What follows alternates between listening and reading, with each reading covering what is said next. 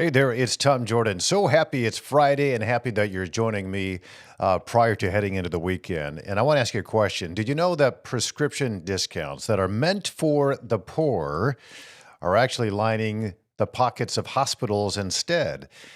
Yeah, it's something called the 340B program. It isn't really about helping the needy anymore, apparently. It's about padding hospital budgets. What's the 340B drug pricing program, you ask? Good question. I'm glad you asked me that question. Well, it's something that was meant to help low income patients by requiring hospitals to buy drugs at a discount, but it's become a cash grab for nonprofit hospitals.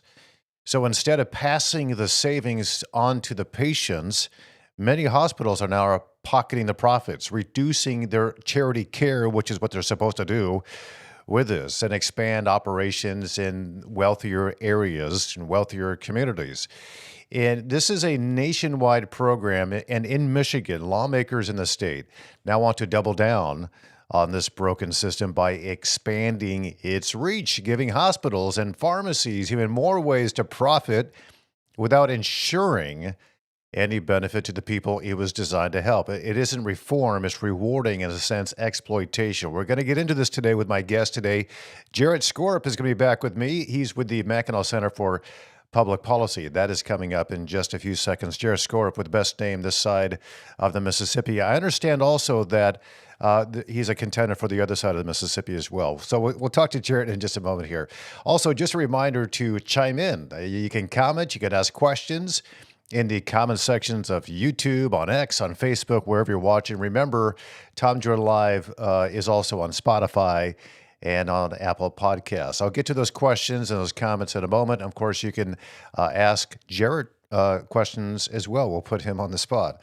Also, a reminder, the best way you can help Tom Jordan Live, simply subscribe and click on that notification bell. And if you can share the content, that helps us out tremendously as well. Appreciate it so much. Okay, so let's imagine you're a single dad. You know, you scraped together what little money you had to buy medicine for your daughter, only to find out that the hospital offering discounts was using those savings meant for you, not to pass them along to you, but to fund a new multi-million-dollar wing in a wealthy suburb somewhere. So let's explain that using a cartoon here, because cartoons help me, so maybe it'll help you by extension. The 340B, B as in boy, 340B program was created to provide discounted drugs, medicine, to nonprofit hospitals to benefit their low-income patients. But the hospitals are not required to pass on those savings, and it leads to widespread profiteering instead of helping the needy.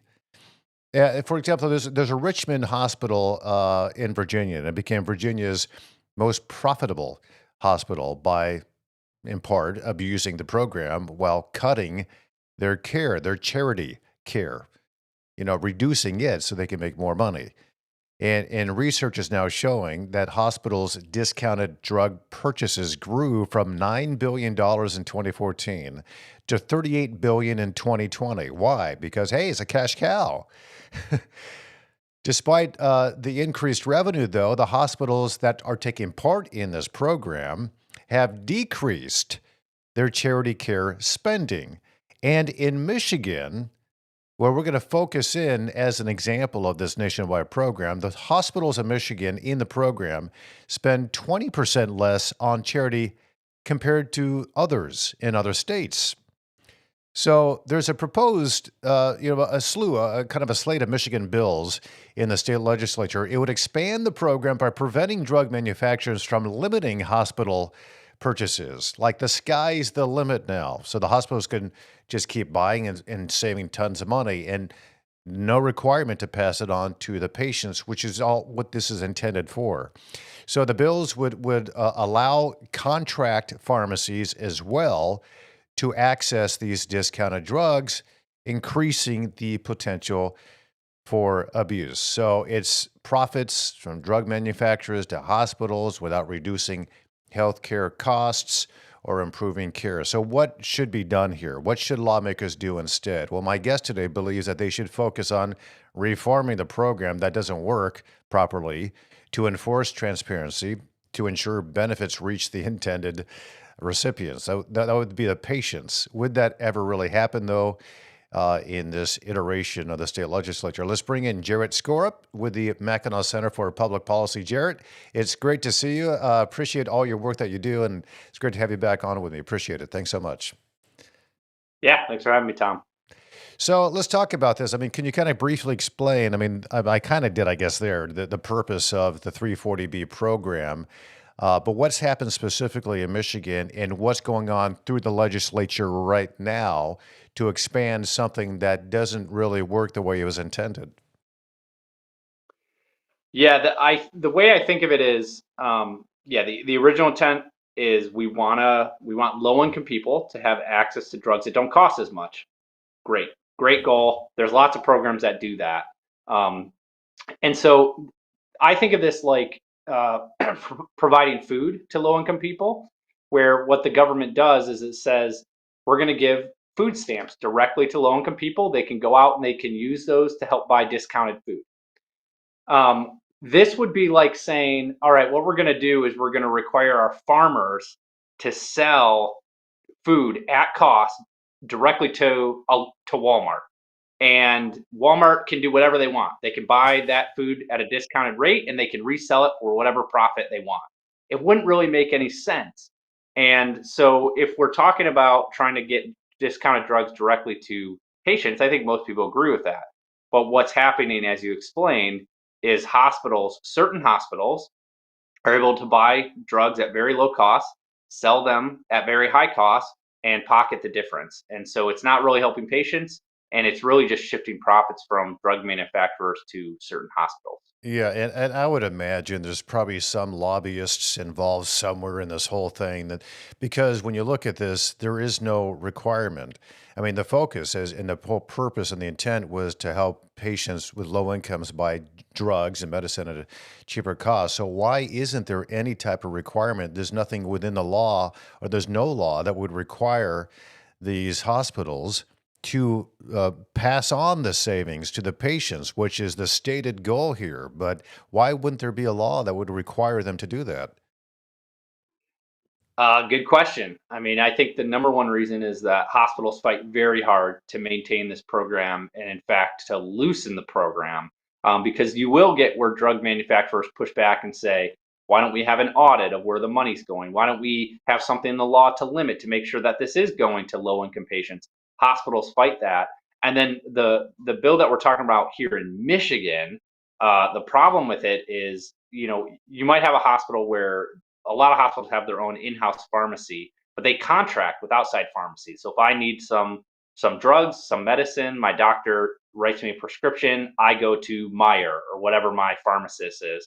And so what the hospitals want to do is they want to expand this program to say we can also resell our drugs through these contract pharmacists to even boost these profits further than what we are right now. So there's just huge pushback from hospitals against any attempts to rein this in, and that makes sense. They get a lot of profit from it. It's a very profitable part. That hospital in Richmond, Virginia, that you mentioned, that's a small, about 100-bed hospital. It's in a low-income area.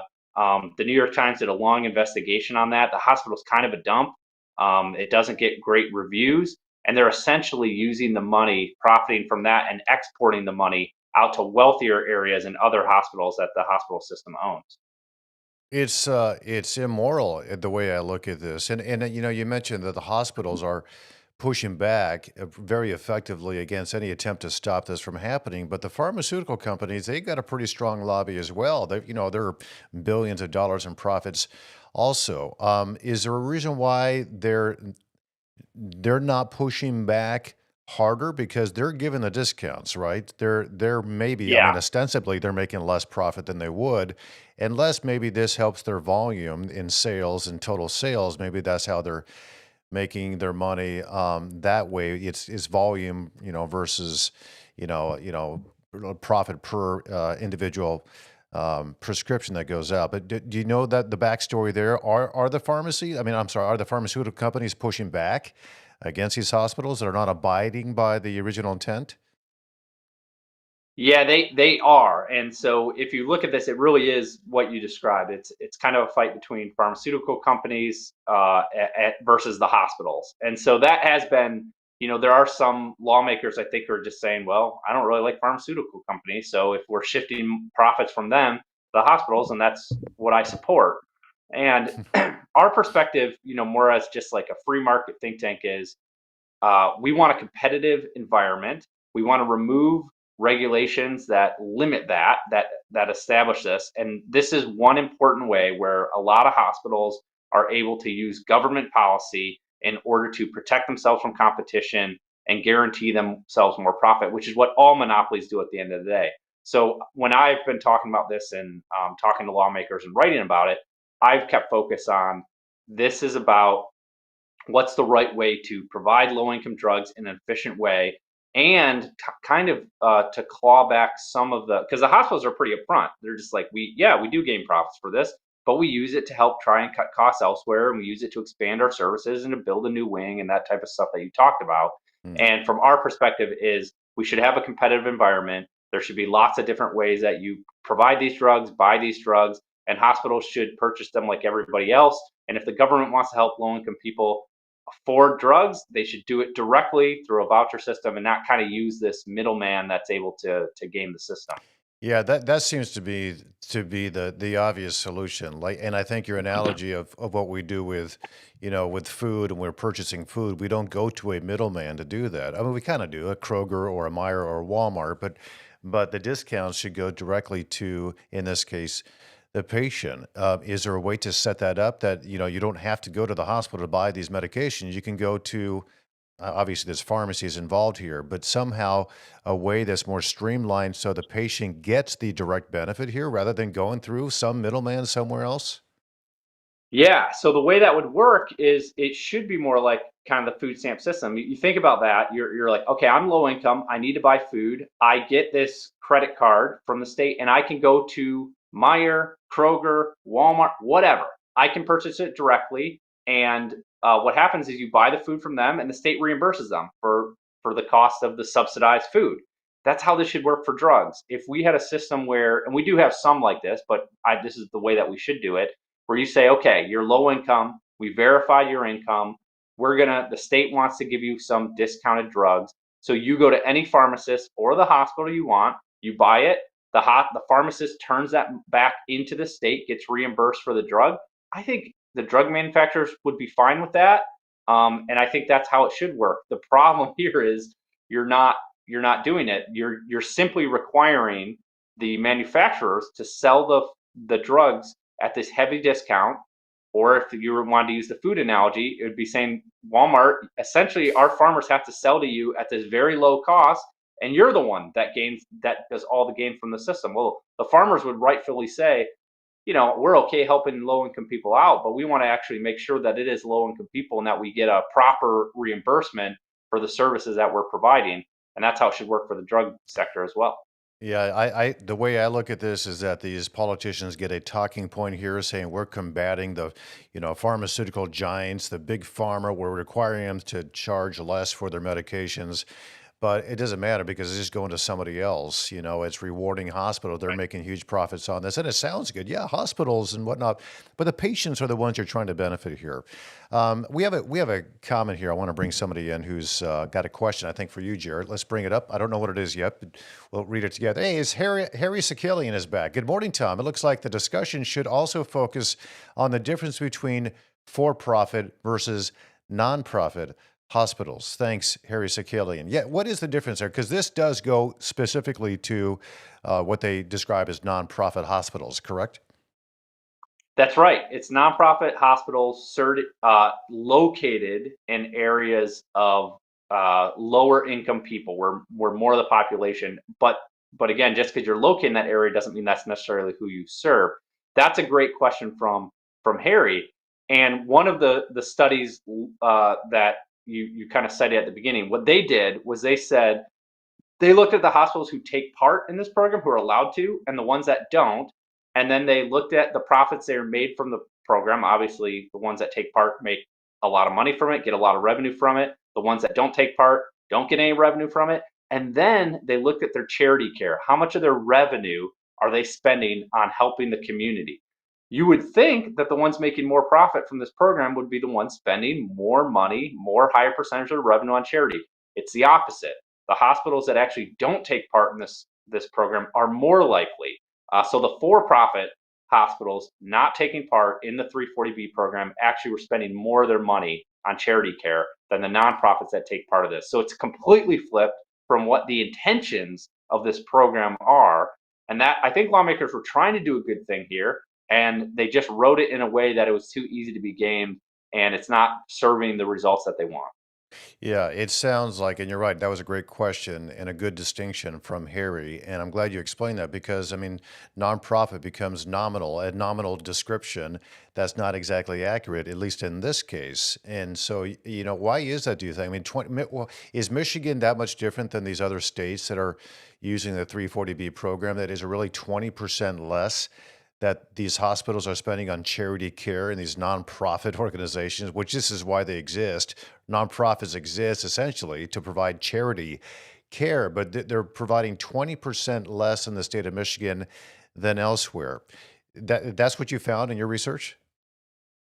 Yeah, yep, that's exactly what the study found. I mean, I think overall they found the study looked at all different states, and they found generally speaking that the hospitals taking part in this program were less charitable than other ones. But Michigan was, in particular, I think we had even a lower percentage of our charity care than we saw in other states. And it's the simple reason you get back to, which is there's just no requirement to use the money for charity. There's no requirement to make sure these drugs are going to low income people. The hospitals are the ones that are able to pocket the difference. And look, I love my local hospital. I love nonprofit hospitals. I love people trying to serve.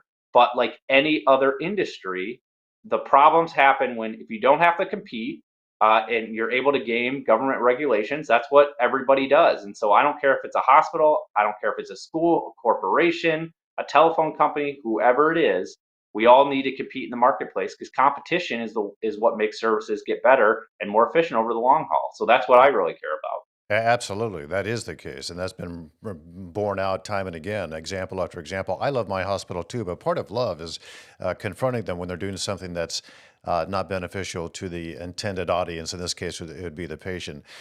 You mentioned you I got to speak remember to. that for my kids when I talk to them about it, Tom. Yes, that's where I learned it, actually. I love you. This is why I'm doing this. Actually, I learned that from my dad. He pretended he loved me by hurting me. It was love. It was tough love, and it worked. Look what I turned into. That's Somehow I right. turned into the man I am today. All right, so let's talk about the issue of the. I want to talk about the pharmacy aspect of this because this is new, correct? So it was intended just for hospitals, but now pharmacies are kind of going to dive in on this. So there's no requirement for them either to pass along if this goes through the savings to the patients. Right. Yeah, it would the program is already, I would say, not doing what it intended. It's been growing very rapidly. We're spending they're spending four times as much they're shifting four times as much money in drugs from pharmaceutical companies to hospitals. There's been a decline or steadiness in charity care over that time period. So it's clearly not shifting the money to be used on charity care. And what the a bill in Michigan, which actually just passed the Senate very early this morning, so it still have to go through the state house. Um, it would say hospitals continue to take advantage of this, but they can also enter these contract relationships with pharmacists all over the state and continue to sell the drugs. They can still get more and more discounted drugs and sell them for a profit through these contracted pharmacists. So it'll expand this program even further than what it has done already so far. So you've talked to lawmakers in the state of Michigan about this exact topic, and a lot of them are coming out saying that expanding 340B will actually help patients, and that's kind of the talking point. But what are they saying to you? Are they all on that same talking point, or are some of them addressing this from a perspective of, yeah, this needs to be reformed. We need to add more accountability within this. I think Yeah, I think when they actually understand all like the statistics and the studies we're talking about, yeah, most people understand it's a big problem. They're in the lame duck session right now. they're considering hundreds of Hmm. bills. And so the problem is it's coming up. They're getting a one-pager sheet that's from a hospital association saying, this just expands a discounted drug program to help low-income people. And they're thinking, sounds pretty good. Maybe I should vote for it. And it takes a lot of work to explain, here's what you're actually doing.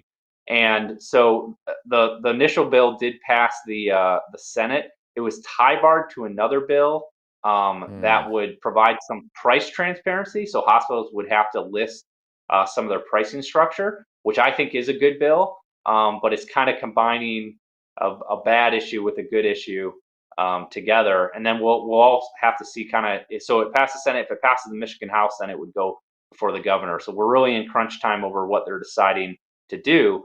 But the big problem of this is if drug companies have to sell these at a massive discount and that program keeps expanding, well, what do you think happens to the drugs everybody else has to rely on?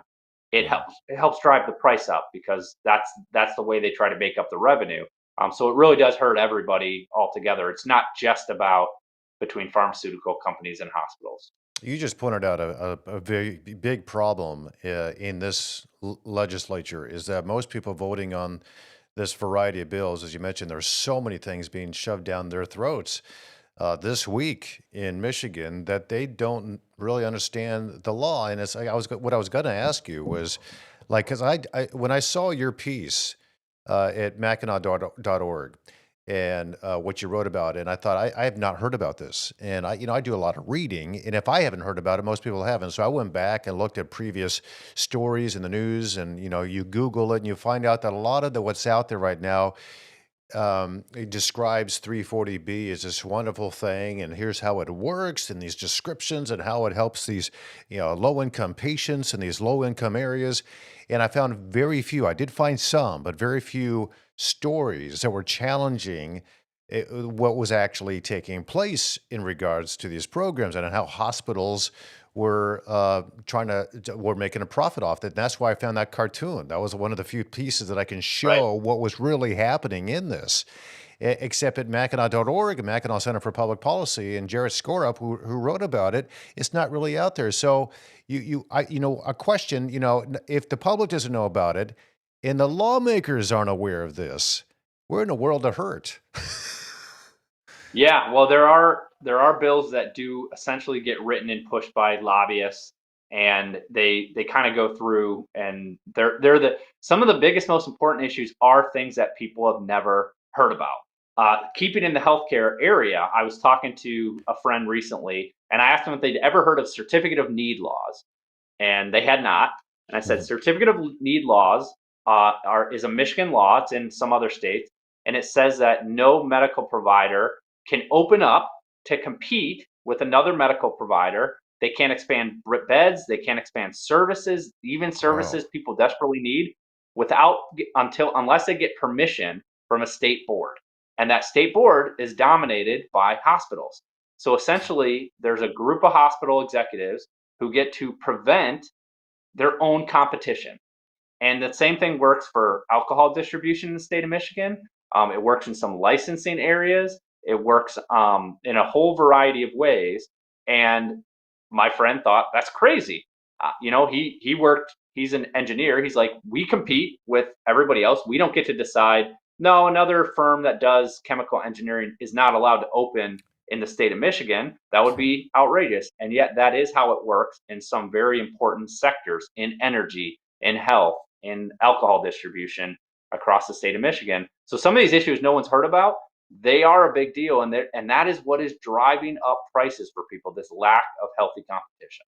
Yeah, it basically the goal is a monopoly. It's consolidation, and you can look at what on a larger scale when you look at healthcare, what Obamacare has done to the health industry. It has consolidated Yeah, providers, I mean, insurance companies. It made it all more expensive. It's done the opposite. And then this is kind of an aside here, but the murder of the CEO of United Healthcare, the country's largest insurance company, and you got some of these liberals are kind of celebrating the death of this guy because somehow these insurance companies are oppressing people by denying services. Well, one of the reasons for that, what they should be really upset at, is the Affordable Care Act, Obamacare, because that has allowed more of a consolidation of these large companies to monopolize the whole insurance industry to make prices go up and your premiums are skyrocketing. That's why. It's a direct result, in my view, in my understanding of it, of Obamacare. So whenever the government intervenes, somehow, and with, you would think good intentions here, sometimes, most of the time, the opposite occurs. Things go up in price. So to your whole point, I mean, this is all a kind of a free market discussion we're having here. And right now, it applies to what's happening with these hospitals and the government intervening and price fixing and all this kind of stuff, price controls. But that's essentially what happens, and that's what ultimately in our economy we're trying to fight against, push back against the government intervention. Would it be better, do you think, that if this whole 340B program just went away and let the free market decide how expensive medicine should be? I am, if you can tell from this conversation, obsessed with competition. And so the problem is the way we try to solve certain issues is a whole bunch of lobbyists get a hold of it, and they are able to use it to support and help financially support certain industry. So I keep going back to that analogy of like, well, it's a really big problem that we can't, that certain people don't have enough food. Let's directly give them the subsidy to go out and shop for food. If the problem is they don't have enough drugs, let's directly give people the subsidy and they can go Hmm. shop in Yeah. the marketplace and buy Right. drugs. If they don't have enough housing, let's directly give them a subsidy to go shop. The answer is not, well, it used to be. The answer was, well, we don't have enough housing. I guess we'll have government build big apartment complexes in cities. Right. And then it led to these massive slums and these massive drug crimes. So in some ways, we are getting better at just directly give the people the money, let them shop in a competitive way. Now, of course, those programs we have to have some standards for, but the key for me is just usually when people complain about services, at least if you have competition, you have an option to go somewhere else. You can punish the healthcare company that denies claims, the drug company that where prices are too high, the hospital that is too dirty. You need competition in order to do that. And as the government essentially forces consolidation through regulation, we get less and less in that. We have less of a voice in the marketplace. And to me, like the thing that the United States, we have the greatest system of restaurants in the world. Like if I think about where I want to go to, even the small town I grew up in of 5,000 people, it was dozen, 2 dozen restaurants I had the option for. If one wasn't good, I could go to another one. If one had bad service, I could punish them by going to another one. Right. And we have that for certain areas of our economy, and we need it for many more of them in order to truly have better options and more options. What's the name of that small town you grew? It's a cool. I forget what it is, but what is the name of that small town you grew up in? I grew up. I'm sure the listeners know Sandwich, Illinois. It was That's what called. it So I is. grew up in With rural the Illinois. best sandwiches, again, this side of the Mississippi, in Sandwich, Yeah. Illinois. What a cool name. Appreciate it And as always. my sister worked at the sandwich shop in Sandwich, Illinois. Both of them. So they have T-shirts from that.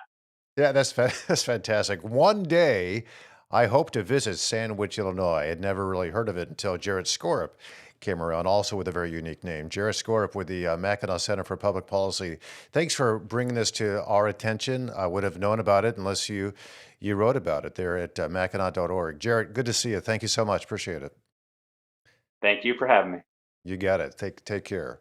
I do one day do want to go down to Sandwich, Illinois, and go to that deli that Jarrett's sister used to once work at, if it's still there. Small town. Sometimes things, especially if there's a lack of competition, things tend to close down.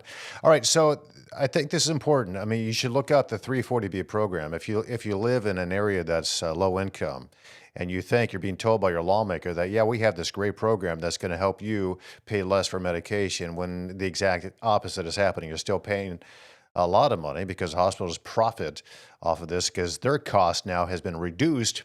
It's meant to benefit you. You should look into it. 340B program. The hospital you go to, are they utilizing it? And if so, are they holding on to the money that should be going to you? It does allow hospitals to purchase these discounted drugs, but it doesn't require them to pass the savings on to patients. Why is that the case? I think what you need to do is call your lawmakers, and they may not be aware of this. This is how quickly these bills come through from this Democratic legislature. They don't want them to read the whole bill, so they put it in there or they tie it to some other piece of legislation, so it kind of gets buried in there. But it becomes a law, and it benefits them because their lobbyists might send them to Hawaii for a nice, educational trip to understand over a Mai Tai or whatever the legislation they would like them to pass that they themselves, the lobbyists, are writing. This is how it is. It's very circular. It's beneficial to the lobbyists, and it's beneficial to some lawmakers who buy into this whole thing. So, don't you think? I mean, laws should focus on enforcing the accountability rather than expanding this flawed program. I hope this doesn't succeed. It may, especially with the lack of time to consider this.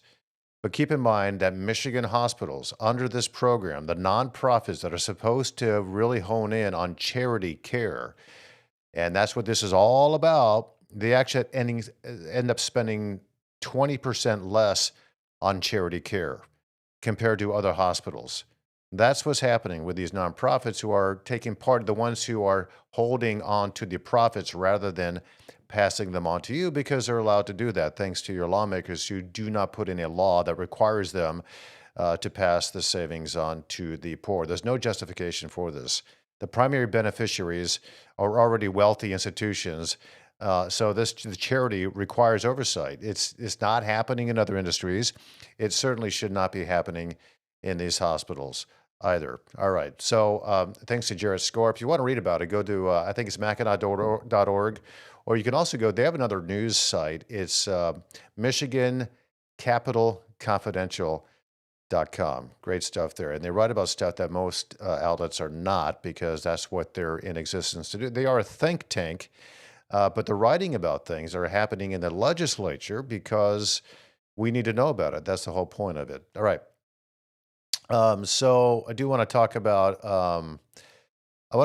inflation, the whole issue with the problem with the cost of living, and this is obviously another non-cost cutting situation. Inflation, it is back on the rise, climbing to 2.7% in November. Core was 3.3%. So we got rising prices. We have persistent core inflation testing the Federal Reserve. What are they going to do?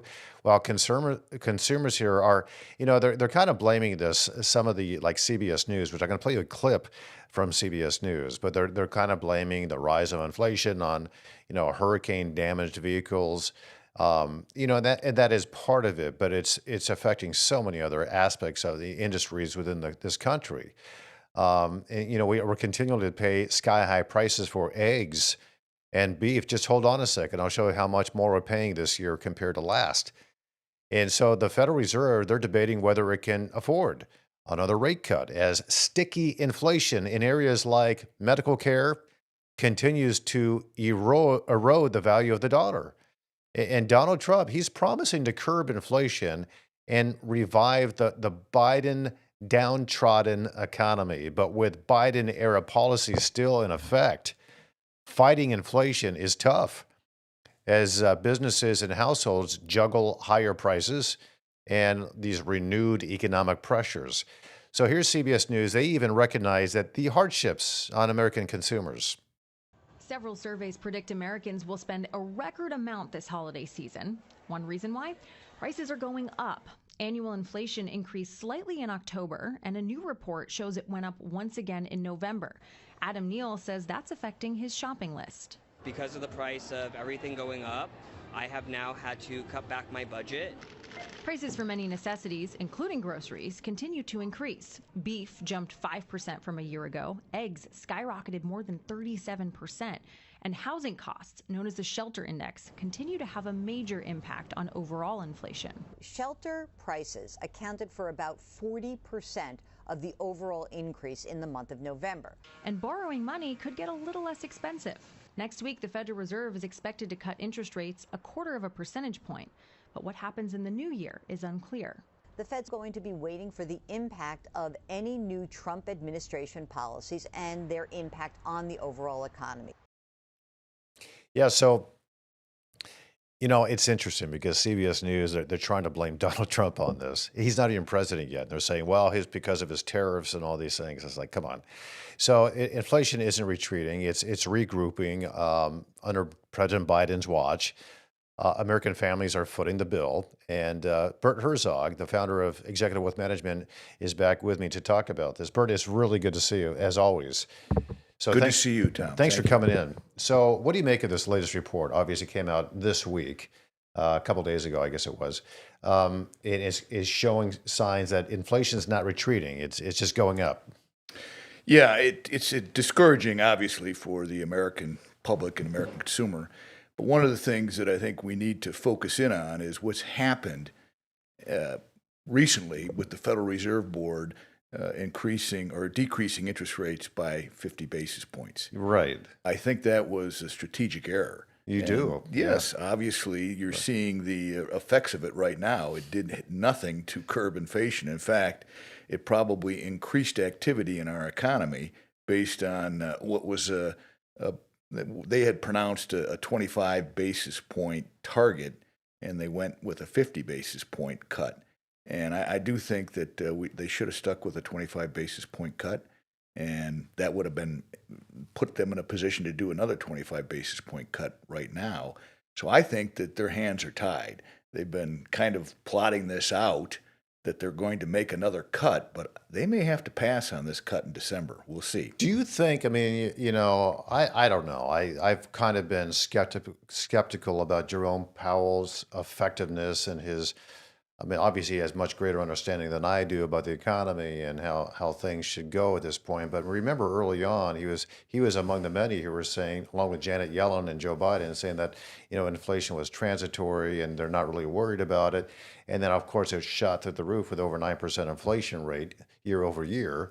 And then he's making this kind of decision too. And I kind of wondered about it as well. I mean, is it too soon to start cutting rates right now? Because inflation it's gone down a tad, obviously. I mean, it hasn't gone down. The rate of increase has started to pull back a little bit, but it's still going up and up and up. So do you have faith that Jerome Powell actually knows what he's doing? And do you think that he should be replaced? Well, rates have gone up to 2.7 on the CPI and 3% on the PPI. So I do think that they're in a position right now where their hands are tied. As it relates to Chairman Powell, no, I think he's done a very poor job. You can't have what's happened in the last several years and not look at the results. And the results are that the Federal Reserve Board was late in raising interest rates. Mm-hmm. And now they're becoming too aggressive in cutting. So I think it's been really a mitigated problem, a disaster, if you want to call it. So I do think that he needs to be replaced, but I think he'll probably end up serving his term just because the current administration isn't going to be interested in rocking the boat right out of the get-go. No, they're not. And there's already people like, CBS News is probably one of them, but a lot of media outlets saying, oh, watch out, Donald Trump. This is an independent. The Fed is independent. They're not supposed to be beholden to you, sir. And so there is kind of that rocking of the boat concern that's out there. But when you look at other costs, and I know that CBS News and others have said, well, this inflation rise in the rate of inflation, a lot of it has to do with these hurricanes that come through and people trying to, replace their cars. And that's why cars are increasing in price and whatnot because the demand is there and blah, blah, blah. But it's not just the automobile industry that's being affected by this. I mean, eggs have gone up almost 40% over the past year. Beef up 5% over the past year. That's on top of the year prior to that. So the cost of food, and there's a variety of things we could point at. The cost of housing keeps going up and up and up. What do you think is really at the root cause at this point, late in Joe Biden's term, of why things keep going up in price? Well, there's a couple things. Number one, government spending. Mm-hmm. We blew the doors off, piling all this money into the economy that couldn't really support it. That was key. The other thing is government regulation, increasing the cost to businesses. What are they ultimately going to do? They're going to pass on those costs to the consumers. Yes. And those two things combined, you never hear about. You really don't. They seem to think that it's because people are spending less and that the price of energy will be fine. We're importing oil. That's the other key component is energy too. We are not energy independent like we were at the end of the Trump administration. So in fact, that will be probably the emphasis to kind of bring inflation under control is reducing the cost of energy in our country. That affects everything across the board in our economy. Yeah. So I do believe that that will be a key component right out of the get-go for the Trump administration. You think they're going to do that? You're confident that what factors do you think would be in play to reduce the cost of energy in this country? It's not going to happen overnight, but they obviously have to start with reducing regulation, probably looking at some pipeline increases from the north. Yeah. I'm not saying that Keystone's coming back, but they're going to be looking at making sure that we have the ability to transport oil and natural gas from the north, Canada and Alaska. I do think that they're going to be focusing on making sure that we limit what we can do as far as importing gas and oil from people like Iran. That doesn't make a lot of sense. Or Venezuela. Venezuela, there you go. And I think he's going to turn the switch on, which this was the strategic error that made absolutely no sense in shutting off exporting LG natural gas to Europe. Right. While they're going through what's happening in Ukraine. Right.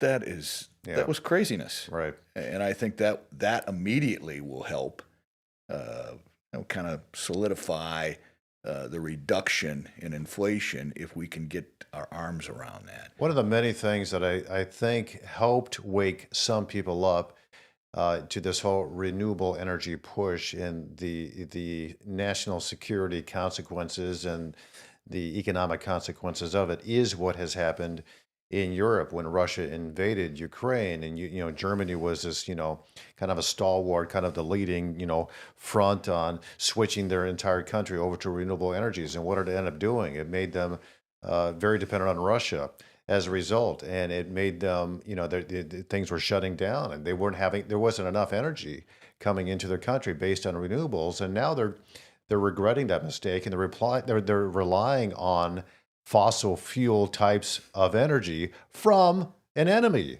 from Russia. So hopefully people are understanding the consequences and I think they are. I think you got the big three automakers are pulling back on what they want to do in terms of the battery electric vehicles and whatnot because they're not making a profit. There's no demand for it, and they're just not ready to make that kind of a leap just yet. You look at medical care costs. We keep hearing that this iteration of our government is bringing down the cost of healthcare in this country, yet they keep going up, whether it's insurance premiums or just the cost of healthcare in general. And that went up again. That was part of the inflation rate increase in November. That medical cost was part of that. The second month in a row that medical care costs have risen. Is that one of the indicators you look at as to the how our economy is faring? Well, it's an important one. There's no doubt. It affects all Americans. However, I will tell you that I think this has been an ongoing process ever since Obamacare was rolled out. I agree. Competition amongst insurance carriers have become less and less and less as the government imposes more restrictions on those types of insurers. You have less choices, and they really are promoting the kind of the tunnel down to a socialized national health care system. That they obviously say no to that, and you have big companies like Blue Cross Blue Shield, United Healthcare, of course, what they went through here recently was a disaster. But I do think that it really has sped up the inflation process because what you're seeing is less competition in the insurance industry and more consolidation into large carriers. You don't have the associations. You don't have a lot of other choices besides Medicare and, for a lot of people, Medicaid. And so this is a challenge. And the parts of our government want to see that. Yeah. They want to see us over the next 25 Of years course. go to national health care. Well, see, in my opinion, not Bert's here, but my opinion is that that's the whole plan here anyway. With Obamacare and the affordable, quote unquote, Affordable Care Act was to consolidate it to the point where it became that the government funded healthcare along with future government funded industries, whether it's housing or whatever, food, everything gets consolidated to government control. What do you recommend to your clients at Executive Wealth Management when you think about, okay, the cost of cars are going up, or there's a lot of increased costs that are happening as you're rounding out the end of 2024, going into 2025. What do you tell your clients who are concerned about rising costs and what they should do, and the general feeling of what might happen? I know you're not you're not a prophet in terms of exactly telling what's going to happen in the future, but what's your common, I guess, recommendation, generally speaking? Well, we've had this discussion before, Tom, where I've told you that 30% of the country is doing fine. Their portfolios are up. Most of them are clients of ours. Yeah. 70% of Americans are struggling day to day.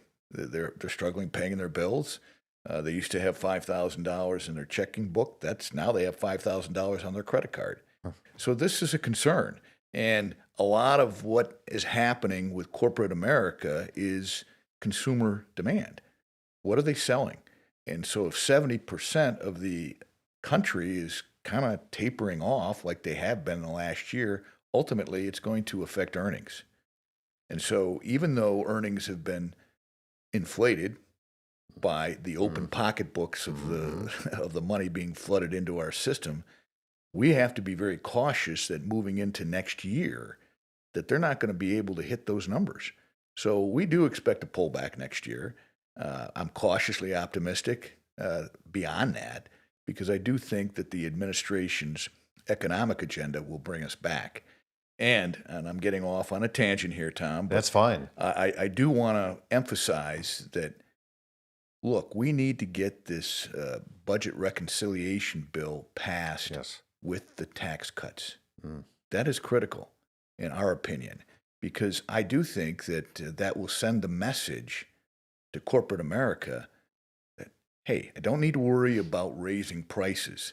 I don't need to worry about the House of Representatives only having 3 Republicans that if I lose any votes, this tax cut won't happen at the or won't be entrenched at the end of the year. That way I can make sure that I do effective pricing, knowing that corporate tax rates are going to stay the same. And in fact, they could even go down to 15% if I manufacture the majority of my products in this country. That in itself, I think, will have a big impact on inflation. That, and obviously what we talked about before, which was the energy situation. So really, the budget reconciliation bill needs to include that. Yes, you can roll in immigration, the wall, energy. You got to have this bill together. You can't have it as 2 bills as the Senate is pushing right now. Yes. I think that's a mistake. I do. Yeah, that's good. And can you imagine how much companies would end up saving if their taxes were reduced, and those savings would be passed on to the customer? Because remember, this is a free market, and we have other options, and that's why monopolies are dangerous, because you only have one option. But companies want to compete for their customers, and whatever's best for the customers are going to go to that particular company, and oftentimes that includes lower prices. So if I agree with you.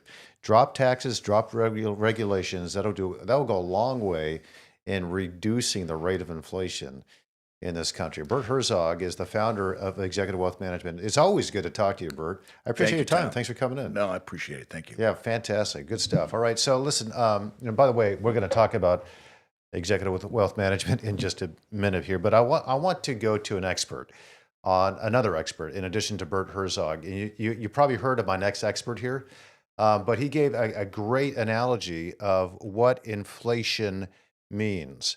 What does it look like? What's the whole deal of, you're getting less for what you're paying for? This is a guy named President-elect Donald Trump, and he used Tic Tacs to help us understand. Take a look. People go to the grocery store and they have less than half a deal. In fact, I had something here. I did have something I would show you. Wait a minute. I don't know if you've seen this. I used it once. Oh, I have it. I do have it. Look at this. Look at this. So this is Tic Tacs, right? I don't know if I like the company. I've never met. I have no idea. They're so lucky. Look at all the television. This is the greatest commercial they ever had. But that's what happened. This is inflation. This is Tic Tac. This is Tic Tac. This is inflation. This is what's happened. I just happened to have somebody gave me this one today. I said, I think we'll put it up as an example of inflation. Yeah.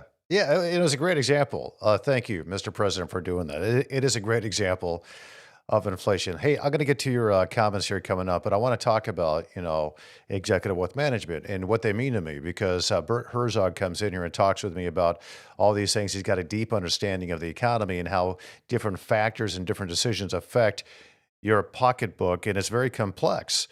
Wealth is complex, but with the right partner, it doesn't have to be. And executive wealth management is dedicated to simplifying the complexities of managing your wealth by offering integrated solutions that cover every aspect of your financial life, from retirement and financial planning to investment management and even tax and legal strategies. Executive wealth management brings it all together so you can focus on what matters most, living your life with confidence. So they got a whole team of experts at Executive Wealth Management. They work seamlessly together across these key areas to ensure your financial future is secure and well managed. They take the stress out of wealth management by providing a comprehensive and personalized approach that's tailored to your unique needs, not someone else's, yours. Discover how they can simplify your financial journey. Visit EWMadvisors.com. That's EWMadvisors.com and learn more about their integrated wealth management solutions. Executive wealth management. Wealth is complex. They simplify it for you. You can go to EWMadvisors.com. Right, we got a couple comments here. I want to start off with the first one, or should we take the second one? I'll let Cameron Harris decide which one we're going with first. Let's bring it up, Cameron. It's William Yanusaitis. I know that guy. Insurance companies in bed with politicians, CEOs earning tens of millions and won't pay honest claims. Everything is corrupt, Tom. When you get money involved, that, William, I think is the case.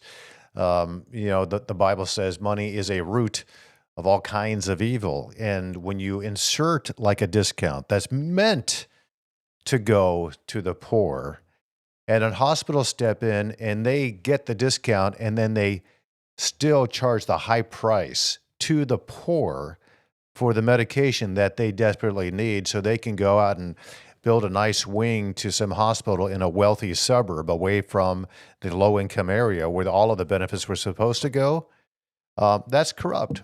And I don't mind saying that at all because that wasn't the intent of it. And it's also corrupt, I would imagine, that lawmakers, and I'll qualify this in a moment, that lawmakers are not requiring any accountability in this law. Like if you get a discount from a drug company, Mr. or Mrs. Hospital, and the reason for that is to help your low-income patients, you need to make sure that funnels down to the low-income patients. You cannot jack up the price or keep the price elevated so you can take that money intended for them and keep it for yourself. You're a nonprofit hospital, and you're supposed to increase your charitable services as a result of this. And instead, you're retracting those services 20% in Michigan, 20% now fewer charitable services after receiving for those who are taking part in this program. And it's awful. And so what I said, I'll qualify the legislative and lawmakers' decision on this. And they don't understand. Many of them don't. Jarrett Skorup with the Mackinac Center for Public Policy just explained that he speaks to them. They have so many bills coming down this week. I heard it was 181 bills this week alone, and they get copies of the bills minutes before they're supposed to vote on this. So they don't even have time to read these. I mean, some of these are pretty thick. and you got 10 minutes to make a decision on that. You can't read through that, and you got another 180 down the pike that you got to decide on. So you're listening to people's perspective on this and the talking points from these lobbyists, and they're the ones that wrote a lot of these bills, and they're informing you what's in that bill. It's much like when you sign an agreement like at an auto dealership, and they give you a stack of papers, and they'll tell you, okay, just initial here, sign there. All that's saying is, you got to, buy me a lollipop, or just sign there, whatever it is. And you trust them because you got a stack of things to sign. You're not going to read all that. That would take hours and hours while they're staring at you, upset because you don't want to read what's in the contract that you are agreeing to abide by, legally obligated to do so. You don't do that. You just sign it. That's what's happening in a lot of these bills that are being thrust down the throats of these lawmakers. They don't understand it because they don't have time to digest it. And that's what, in this case, this Democratic leadership in the Michigan State House and the Michigan Senate are relying on, that they don't understand fully what's in the bill. So these things get through, and that's why I'm qualifying it, because I don't think the lawmakers understand. It sounds good on the surface. The whole intent is to help low-income patients, even though the hospitals have no obligation to do that, and most of them, if not all, are not doing that. They're giving it off for themselves in their own coffers, and they're building stuff in wealthy suburbs for their own benefit. So anyway, it's kind of corrupt. William, you said it right. I think it's corrupt in everything that in regards to this. Thanks so much. Let's take another comment. Cameron Harris, once again, bringing that up. Brian McDonald, makes sense with all the hospital mergers in Michigan during the last 2 decades. Doesn't it, Brian? Yeah, the mergers, the consolidation of services. It's not good for the end user. It's not good for the customer. It's not good for the patient when companies merge and they monopolize and they take over all the markets, and it's not supposed to be that way, but some industries are more regulated than others, and a lot of it has to do with kickbacks. But yeah, the hospital industry, you think about it, can you go to a hospital right now and go in and say, listen, I want to have I need to get a procedure, open heart procedure, or a triple bypass, or I need to get, my whatever. I got an orthopedic situation I need to take care of. If it's through a hospital, will the hospital tell you exactly what it's going to cost you? No, they won't. Those are secret prices. They'll tell you when it's time for you to pay, but you don't know when you're in an emergency room or you're in a bedroom in a hospital, or whatever they're giving you, through the IV. All of that costs money, but is there an itemized list of what all those things cost? No. There should be some type of legality to that, but it's not. And why is that? You have to ask yourself, why is that the case, that the patients, the customers, don't know what they have to pay for the services that they are receiving when it comes to a hospital?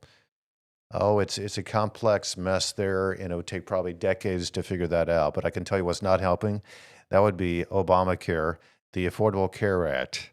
It doesn't help one iota to bring down the cost. We know that's the case because the price of healthcare has only gone up and up and up and up ever since the Affordable Care Act was implemented in this country. It's misnamed, just like the Inflation Reduction Act was misnamed and directly contributed to the increase rate of inflation. That's how it works. It's corrupt. All right, that's my opinion. And but I love my country. I still do. And I hope you do too as well. But there's some work to do. And love means we got to confront the negative aspects of those we love to make it even better, all in love's sake.